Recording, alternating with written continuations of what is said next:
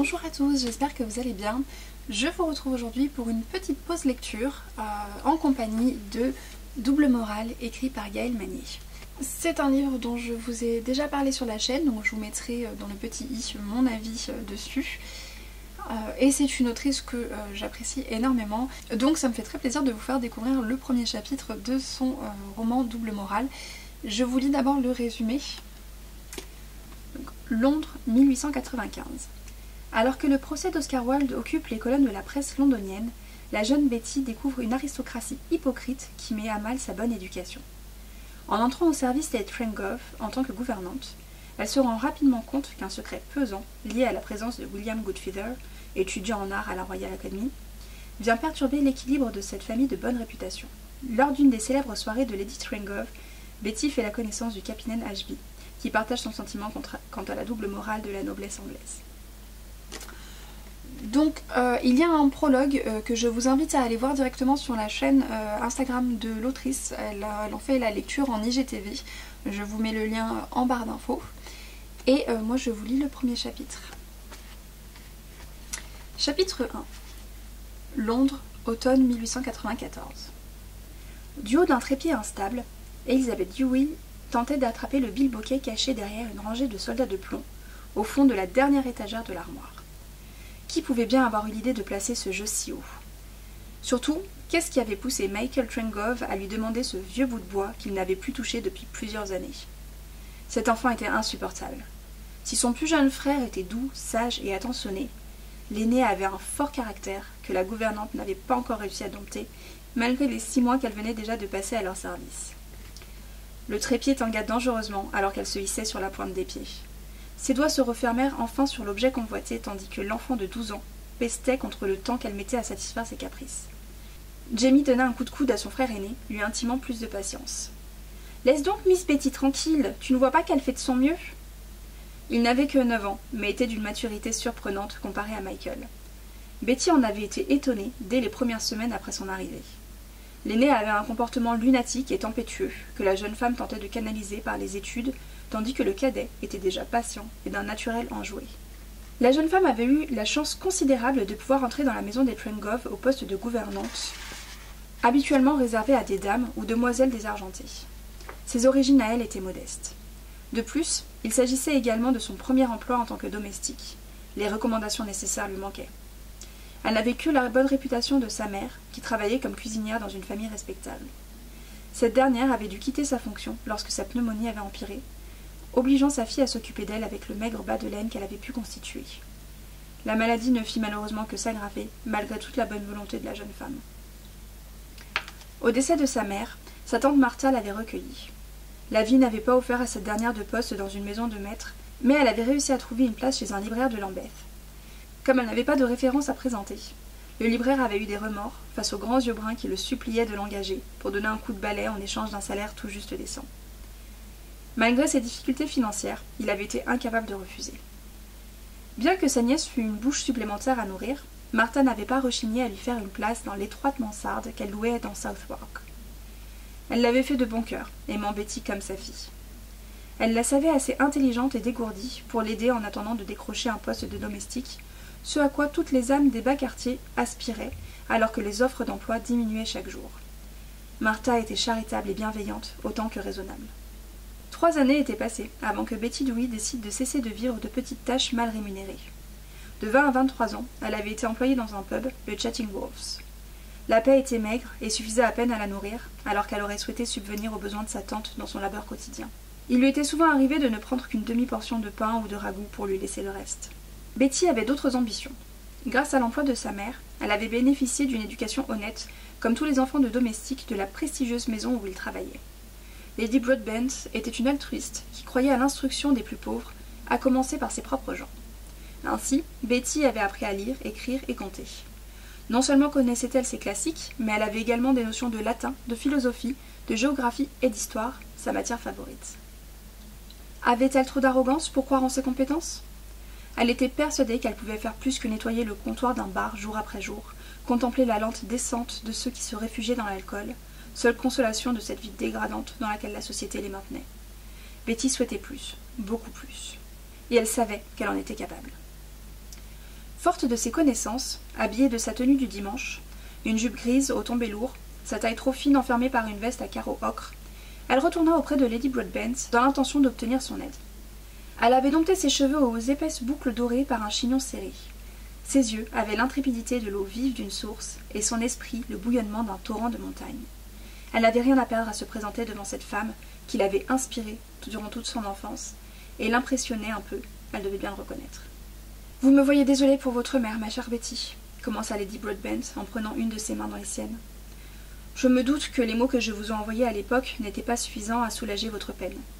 Malheureusement, nous n'avons pas de poste vacant à Margate, encore moins dans notre maison de Londres. » Betty baissa les yeux. Son interlocutrice n'avait même pas mentionné le fait qu'elle pourrait lui donner une recommandation. Après tout, si elle avait travaillé à aider sa mère, elle n'avait jamais été officiellement employée dans la maison. Ses espoirs d'une vie meilleure à offrir à sa tante et de s'élever un tant soit peu dans la société tombaient à l'eau. Sans une recommandation, ses chances d'obtenir un emploi s'avéraient bien minces. Une vague d'impuissance s'empara d'elle, bouleversante, tentant de se dévorcer dans sa gorge. Ses yeux étaient devenus rouges, mais aucune larme ne coula. Elle ne laissa pas faire. Hors de question. Néanmoins, une étincelle de lumière s'engouffra dans la poitrine de Betty, lui insufflant un nouvel élan.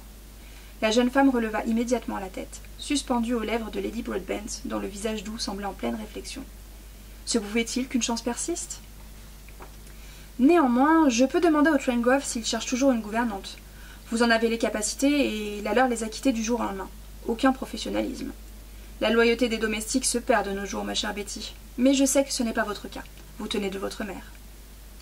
Le regard bienveillant de Lady Broadbent scruta Betty avec confiance. La jeune femme en fut déstabilisée, mais acquiesça pourtant sans hésitation, alors qu'un sourire se dessinait sur ses lèvres. « Gouvernante, ce serait un poste parfait, madame. Je n'aurais pas pu espérer une meilleure opportunité. »« Je suppose que vos références n'ont pas changé depuis que vous nous avez quittés ?» reprit Lady Broadbent. « Vous n'avez pas travaillé dans une autre maison ?» La dernière remarque occasionna une étrange angoisse chez Betty, dont les joues s'étaient soudain enflammées. Elle n'avait travaillé qu'au Chatsworth, et elle savait malheureusement que ce n'était pas au goût des maîtres de maison. Qu'elle ait eu le choix ou non pour survivre n'entrait pas en considération. Aussi préféra-t-elle baisser la tête et se taire, ne souhaitant pas non plus mentir à Lady Broadbent. Cette dernière l'observa, comprenant la réponse qui se lisait dans chacun des gestes de la jeune femme. « Je comprends, » dit-elle simplement. « Essayez d'oublier cette expérience lorsque vous vous présenterez à Lady Traingrove. Elle est très à cheval sur la réputation de son personnel. »« Bien, madame, merci pour tout ce que vous faites, » souffla Betty reconnaissante. Un mois plus tard, Betty s'était retrouvée devant la porte d'une maison londonienne pour son entretien, tétanisée par la peur. Elle avait beau connaître ses compétences et qualités, elle ne cessait de penser que cette chance qu'elle avait de s'élever ainsi n'était qu'un leurre. Son ambition n'était peut-être pas raisonnable. Le vieux Cartwright, qui ne quittait pas le Chatsworth, l'avait traitée d'opportuniste et de gamine capricieuse. « Bonne qu'à passer le balai dans le taudis. Si je cherche un bon parti, j'en ai juste là !» avait-il raillé en s'agrippant vulgairement l'entrejambe. Betty avait vivement tourné la tête pour frotter plus activement encore le comptoir. Elle avait cru un instant qu'elle perdrait son sang-froid pour lui faire avaler sa langue en plus d'autres choses, mais elle avait retenu ses leçons de bienséance. Une jeune femme doit bien se comporter en toutes circonstances et ne point laisser voir ses émotions. C'était bien ce qu'elle avait eu le plus de mal à intérioriser, mais ce soir-là, elle avait miraculeusement réussi. Son sang avait fait des tours et des tours, mais elle s'était efforcée de ne rien laisser paraître sur son visage encore hâlé par le soleil de l'été et aussi rond que celui d'une poupée. Elle avait fait attention à sa mise avant de sortir, s'appliquant à donner du volume aux manches de sa veste. Ses cheveux étaient soignés et toujours attachés en un chignon haut. On devinait à peine les boucles généreuses qui caressaient ses épaules lorsqu'elles étaient libres. Sa poitrine et ses hanches, presque absentes, disparaissaient complètement sous sa jupe grise et la chemise blanche dont le col couvrait son cou. D'une lady, elle avait le port de tête, l'assurance et les manières. Du moins d'une jeune fille de bonne famille. Elle espérait que Lady Traingrove remarquerait ses qualités. Le majordome, supposa-t-elle, l'avait introduite dans une immense maison de ville. Jamais elle n'aurait cru imaginable un tel espace, alors même que les entrées étaient si rapprochées vues de l'extérieur. C'était bien plus grand à l'intérieur, derrière cette porte bleue. Sous la superbe lumière électrique qui inondait les lieux, elle remarqua que le hall était décoré avec ostentation. Impossible de se tromper sur le rang qu'occupait la famille dans la société. Depuis le seuil, elle aperçut un porte-manteau suffisamment large pour une dizaine d'invités, accueillant 3 par-dessus, ainsi qu'une lourde cape d'hiver en velours bordeaux. Ici, un guéridon orné d'un vase au motif étrange. Betty apprit plus tard par Michael qu'il avait été importé d'Asie et que le terme approprié était des motifs japonisants. Là, le tableau d'un artiste peintre, dont elle ne doutait pas de la notoriété, même si elle ne connaissait rien à la peinture. Là encore, une autre toile, dont la signature, cette fois, lui rappela quelque chose. Trengove. Allons bon, est-ce que Lady ou Sir Trengove s'adonnait à l'art pictural? Une voix profonde et posée vint confirmer cette supposition. Comment le trouvez-vous? Je le termine tout juste, c'est à peine si l'huile est sèche. Betty s'était tournée pour faire face à un homme dans la quarantaine qui avait fière allure dans un complet anthracite. Seul le gilet d'un bleu lumineux apportait une touche d'originalité à la tenue monochrome. À la poche, une chaînette argentée brillait tandis que sa boutonnière accueillait une fleur délicate, si petite qu'elle en était presque invisible, si claire qu'on eût dit sa teinte absorbée par le costume, telle une aquarelle. Les épaules carrées remplissaient à merveille la veste dont elle pouvait reconnaître la bonne facture. Il n'avait pas encore le ventre que les hommes de son âge commençaient à arborer, signe qu'il devait faire extrêmement attention à sa silhouette. Alors que la mode masculine était à la moustache, il affichait un menton glabre, rasé de près. Ses iris possédaient une couleur brune au léger reflet rouge, apportant une chaleur et une intensité à son regard qui mirent Betty mal à l'aise. Elle lui soupçonna des origines écossaises, même si elles étaient très éloignées, à moins qu'elle ne soit irlandaise.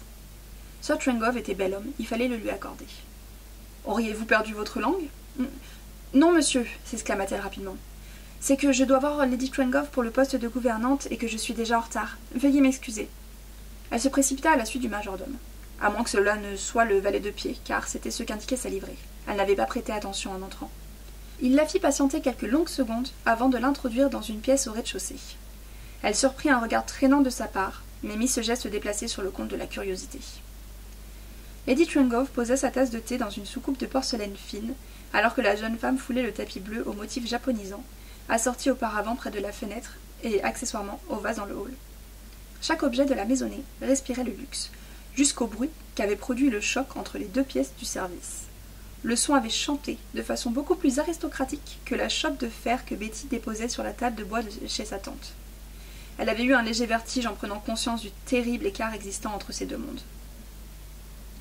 Négligemment installée sur une méridienne tapissée d'un velours bleu sombre, Lady Trengove avait fait signe à Betty d'approcher. Les pans volumineux de sa robe semblaient disposés tout exprès dans le but de laisser voir les ornements qui la composaient. La jupe était d'un brun châtaigne que des arabesques cuivrées venaient illuminer. Les rayons de soleil qui traversaient les carreaux de l'immense fenêtre, ouvrant sur une petite cour herbacée, donnaient vie à des reflets dorés. Le châle de satin assorti aux broderies reposait avec légèreté sur le jupon foncé.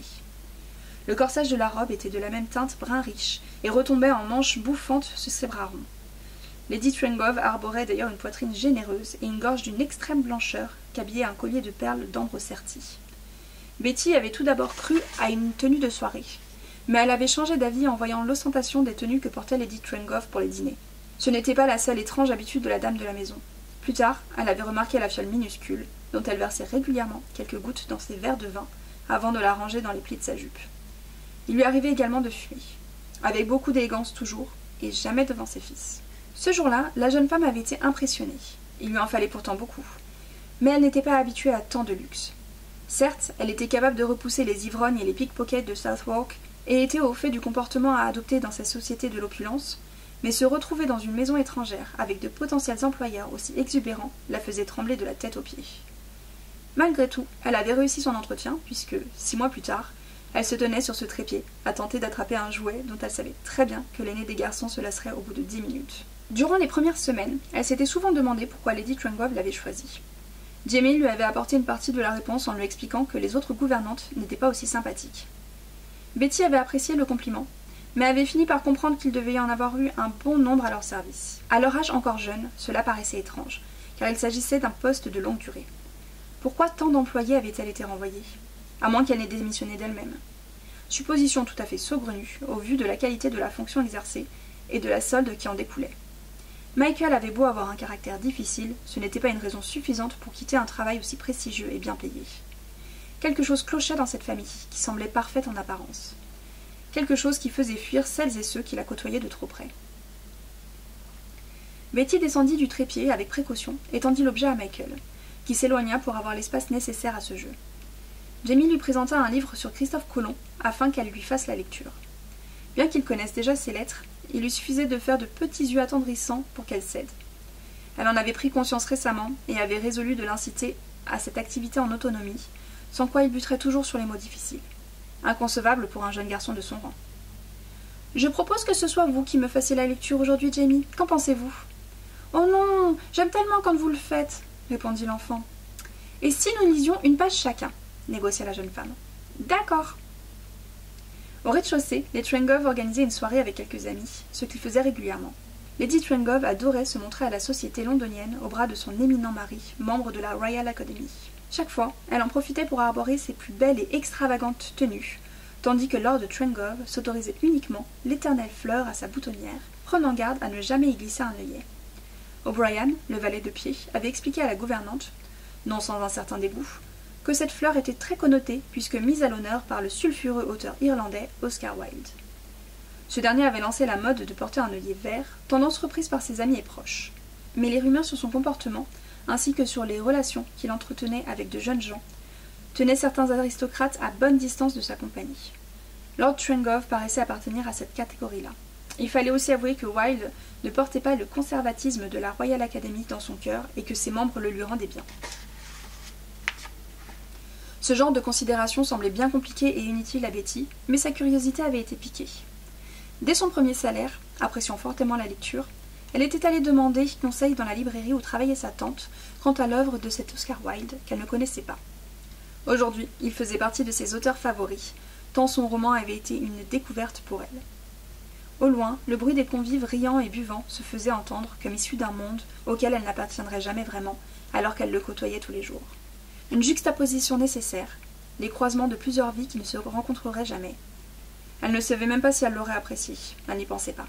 À quoi bon? Cela ne se passait pas de cette façon dans le Londres de la reine Victoria. Les soirées de Lady Trengove étaient des réussites. William Goodfeather et ses amis le savaient, ils y assistaient régulièrement. L'alcool ne manquait jamais, les mets étaient raffinés, les rires, la joie, l'amusement, toujours au rendez-vous. Mais William préférait de loin les fêtes masquées qu'elle organisait une fois l'an. Il s'agissait d'une merveilleuse occasion d'essayer des costumes inédits. On y croisait Apollon ou Shakespeare, la Reine Vierge ou la sage Artémis. Lors de la dernière, il était apparu sous les traits de Baldr, le dieu nordique de la lumière et de la poésie. Sa grande taille, ses cheveux blonds et ses yeux d'un bleu d'acier lui avaient offert l'idée sur un plateau. Il se souvenait particulièrement de la toute première soirée, où il avait choisi de se montrer en dame de Chalotte. Il avait fait sensation. Sa fausse chevelure rousse coulait avec lascivité dans son dos, à peine attachée par un ruban qui ceignait son front. La robe blanche qu'il avait commandée exprès pour l'occasion flattait sa silhouette élancée et terminait ses bras en s'évasant comme au temps d'Arthur. Sa taille était marquée par une ceinture noire, tandis qu'il n'avait pas hésité à colorer de rouge ses lèvres épaisses. Son regard désinvolte complétait à la perfection son hommage au chef-d'œuvre de Waterhouse. Ce jour-là, tous les hommes ainsi que toutes les femmes présents étaient tombés amoureux de lui. Mais William n'avait eu Dieu que pour une seule personne. C'est durant cette fête que, pour la première fois, il avait échangé un baiser avec son amant. Un sourire étira ses lèvres alors qu'il faisait teinter son verre contre celui des hôtes de Lady Trengove. Elle s'éclissa aussitôt, ne restant jamais bien longtemps en sa présence, pour disparaître dans un voilage de satin bleu et rouge. Un mélange trop agressif pour les yeux experts de l'étudiant en peinture. « Que lui arrive-t-il ce soir » demanda-t-il à Lord Trengove. « Un souci avec le personnel, mais elle se déroule toujours par résoudre ce genre d'ennui. » Un regard entendu brilla entre les deux hommes, tandis qu'un troisième les rejoignait. Grand, aux épaules larges, il avait une carrure qui devait impressionner le moindre quidam et dégager une confiance en lui bien différente de celle de William. Le mystère face à la force. Pourtant, ils étaient amis de longue date. « Capitaine Ashby, je suis ravi de vous savoir parmi nous ce soir. Nous ne vous avons guère vu depuis votre embarquement de... Quand déjà? Pardonnez ma mauvaise mémoire. » William observait Nigel Trengove et son effusion de politesse. Il avait tendance à forcer un peu l'étiquette en présence de convives, mais tout particulièrement devant Ashby, qu'il n'appréciait pas beaucoup. William passait sans doute plus de temps que nécessaire avec lui. « Septembre, sire. L'Alexandrina ne doit pas repartir avant quelques mois. Merci pour votre invitation. » Remerciez Suzanne, c'est elle qui se charge de tout cela. Le rictus qui ponctua sa phrase mit fin à la discussion. William s'empêcha de lever les yeux au ciel devant le comportement puéril de Nigel. Du mouvement dans les escaliers dissipa la tension qui régnait. Le maître de maison en profita pour aller voir de quoi il retournait. Son épouse revenait accompagnée d'une jeune femme qu'il avait aperçue une ou deux fois, la gouvernante. La pauvre âme allait devoir s'occuper du service durant la soirée, une tâche bien éloignée de ses fonctions habituelles.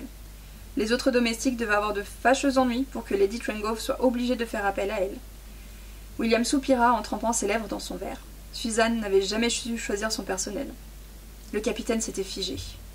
Son regard avait suivi celui de son ami pour se poser sur la jeune femme qui semblait marcher docilement derrière la maîtresse de maison. Son air vif et ses yeux curieux trahissaient un caractère plus affirmé qu'elle ne le laissait paraître. Ashby ne l'avait encore jamais vue, et pour cause, c'était la deuxième fois qu'il était convié chez les Trengove depuis son retour. Le pincement au cœur qu'il éprouva face à cette jeune femme lui fit amèrement regretter les rhumatismes dans sa jambe qui l'avaient obligé à décliner la première invitation. Et voilà pour le premier chapitre de ce roman Double Morale. J'espère que ça vous a plu. N'hésitez pas à aller voir la vidéo où je vous donne mon avis et à vous procurer ce roman s'il vous intéresse, et surtout n'hésitez pas à me dire votre avis dans les commentaires. Sur ce, je vous souhaite à tous de très bonnes lectures et je vous dis à très bientôt.